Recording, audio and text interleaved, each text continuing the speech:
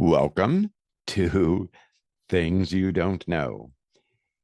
Today, we're going to look at something that's kind of different and something that you probably see every night and never think about it much. But it has become a very important part of life, particularly in cities and suburbs. Wouldn't you say, Dr. Deneen? I would say I don't think modern life could exist without it.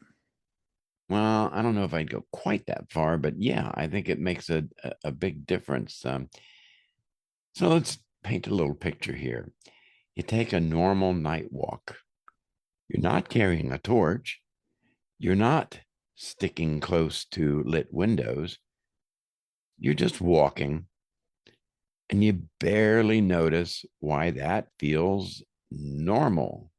And then, bam. A light is out.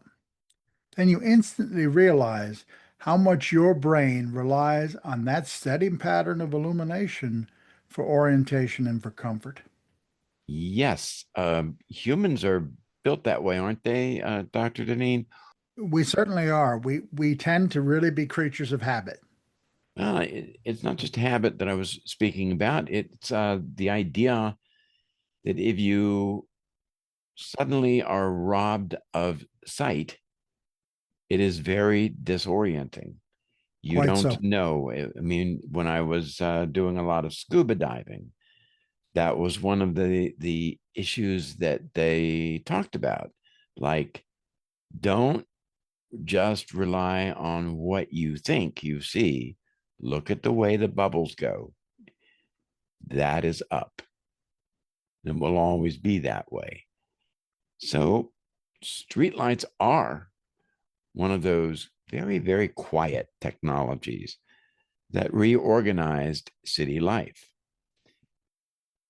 It also had an impact on crime prevention strategies, nightlife, work hours, policing, public space, even what a city looks like after dark. Because one of the iconic pictures right near you, Dr. Deneen, is what?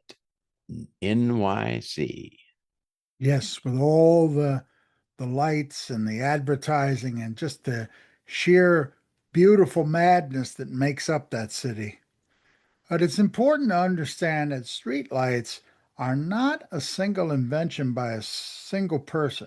Street lighting is the culmination of a very long chain that involves municipal policy, fueled systems, electrical engineering, optics, and today, data and controls. Yeah.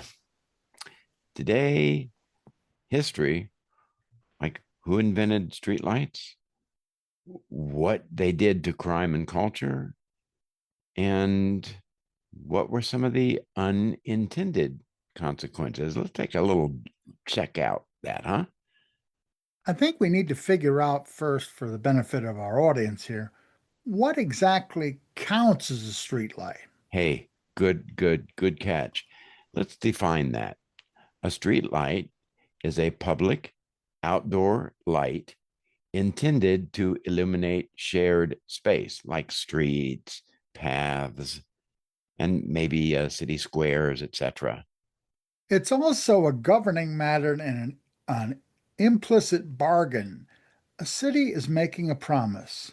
This space stays usable for ordinary people after sunset.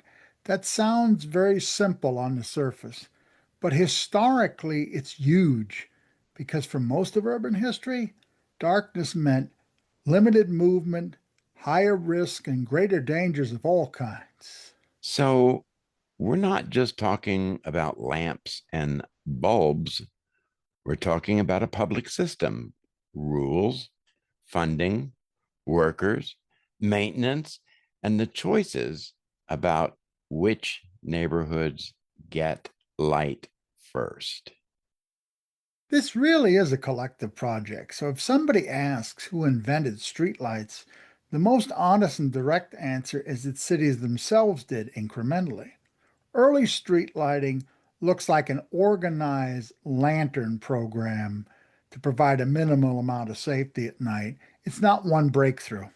Yeah. Paris is often cited as a major early example.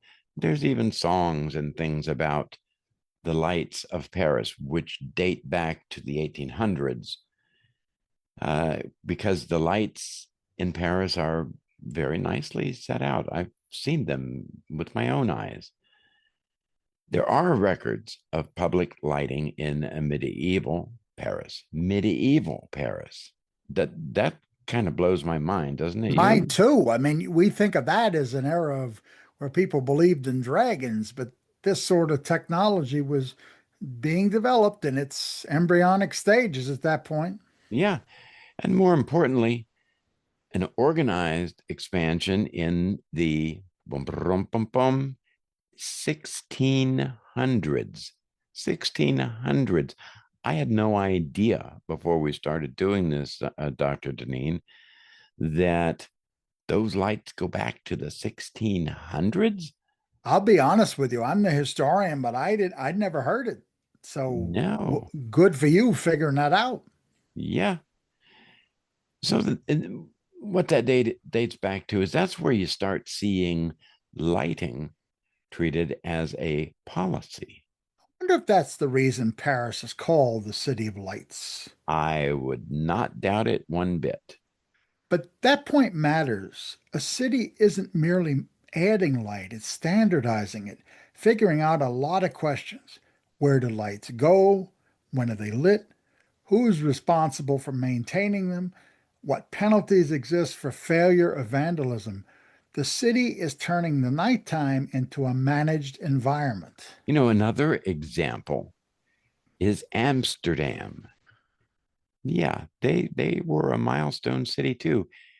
Um, Jan van Heyden is associated with a municipal plan for oil lantern street lighting in the late 1600s.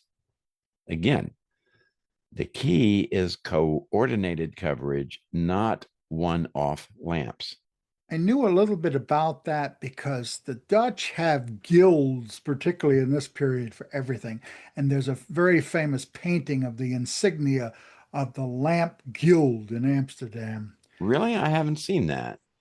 It's actually in the British Museum. When I was over there on my way to South Africa back in the 90s, I got to see it. Cool. London follows that same logic about a century later. Large-scale oil lamps, a routine nightly operation. And what does that lead to, folks? The unavoidable question, who's going to pay for this? Once you have thousands of lights, street lighting is an item in the budget. It's no longer a novelty. Which means lighting becomes political. The where is a statement about whose safety and mobility the city values most. I would imagine the wealthier areas get it first. I would think so. Yeah. So we said oil lamps. Well, then comes gas, arguably the first street lighting revolution that truly transforms cities. Gaslight is not just brighter, it's more consistent and scalable, but it requires a business type of a new kind of infrastructure, business viewpoint, production, distribution pipes, maintenance crews, and a large scale business model. Which is probably why who invented gas street lighting gets kind of messy and complicated. You get experiments and patents across Europe and then public demonstrations. Yeah, public demonstrations that prove you can light streets reliably. A commonly referenced milestone in London in 1807 happens in Pall Mall, where Frederick Albert Windsor stages a public demonstration of gas street lighting. Whether you view him as an inventor, uh, a 19th century entrepreneur, tycoon, businessman, or just the promoter of new and interesting things, he plays a big part in making Gaslight both public and plausible. And culturally, gaslight changes how people imagine the night. Cities develop a new identity: lit streets, evening commerce, theaters, cafes, late travel. Hey, let's have a nice dinner after dark. Darkness stops being a hard stop. That's why I said it made modern life possible in some ways. Another thing happens. It also changes police methods and, as you said, social life. Better lit streets mean more witnesses, more traffic on foot, and a more predictable set of patterns of movement. It doesn't eliminate crime, but it alters the nighttime environment in ways that really matter. Exactly. Now, the next step in these streetlights was electricity. So early on, the iconic form is the arc lamp. It was bright, intense, and almost theatrical. The arc lamp is associated with a man called Humphrey Davy, who was a Welsh gentleman in the UK in the early 1800s. He demonstrates an electrical arc in using carbon electrodes. That's not full street lighting yet, but it demonstrates the core principle. Dr. Nina, I'm kind of surprised because I didn't mention anything about Humphrey Davy, and yet you knew the name. I am impressed, I must say. Well, you're going to laugh at this, but I actually did a badge on invention for the Boy Scouts, and he's one of the people we had to learn about. Well, that's really interesting. The street part of this lighting issue arrives when electric light becomes practical and systematized. One major name is Charles Brush, who developed arc lighting systems and is linked to a landmark street lighting installation in all places, Cleveland in 1879. 1879. I, I am just so amazed. Me too. I mean, that's before Tesla and Edison were really doing all these experiments, at least on a large scale. Absolutely. But what amazes me is this consistent change in how the lighting is done. You get what are called waves of different techniques: incandescent bulbs, mercury vapor, sodium vapor, and now what we call LEDs. Each wave is not only about keeping the cities brighter, it's about efficiency, maintenance, glare, color quality, and the most important thing, cost. Yeah, cost really drives adoption. Many cities moved toward high pressure sodium in the mid to late 20th century because it was efficient and long lasting, and then shifted again towards LEDs for energy savings and controllability. The more we look into this, Dr. Weaver, the more intrigued I get at how lighting affects other areas. We mentioned culture and crime, but now we got a modern twist. Street lighting is no longer just hardware, it's a whole system of controls, dimming, targeted optics, sensors, and sometimes, as an environmental impact, smart city networking systems to reduce the consumption of power. The big question: do street lights reduce crime? Well, the strong answer is yes, but not in a simple light scares criminals way. Systematic reviews have found that improved street lighting is associated with reductions in crime in many contexts. And the mechanism is important. The effect isn't always confined to nighttime crime. which suggests something broader is happening. More pedestrian activity, more neighborhood confidence, more informal social control. It's also that people are noticing what's going on. Well, I find that happens in many areas, Dr. Weaver, that if you have a community that's on the alert, will nothing go wrong? Certainly not. But it's less likely. You know about neighborhood watch groups or people banding together to clean up the streets. If a community is invested in its own survival, not just as individuals, but as part of a larger group, better things happen.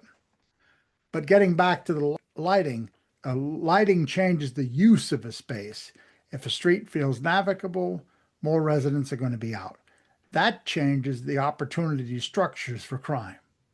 As I was mentioning to you, Dr. Deneen, when I was a kid, uh, there was there was a street light way at the other end of the block where there was a lot of mosquitoes and bugs and other things flying around. And guess what? There was also bats. And so we used to throw little tiny pebbles up. Sometimes we'd actually be nice and actually throw little pieces of food up there too. And the bats would dive bomb those things and come flying around. It was really so cool. And we used to just enjoy that. There'd be a whole bunch of us kids there. I could see that. And the bats are flying around and just Yeah. Yeah. So getting back to our topic here, it's not magic. Lighting works best as part of a broader strategy: good design, maintenance, community investment, and alignment with other safety measures. and it's very important to emphasize, like you just said, design matters. A poorly placed, glaring light can create shadows and reduce visibility. A well-designed, shielded light improves visibility without blinding people. That's very important because nobody wants to go outside and feel like they're on an operating table with a level of intensity of light. Yeah, yeah. Streetlights don't just affect crime, they reshape the culture. As we were saying, it reorganizes time. Once streets are reliably lit, cities extend their operating hours. As you said, let's go have a nice dinner, all kinds of entertainment, commerce, people are able to work at night.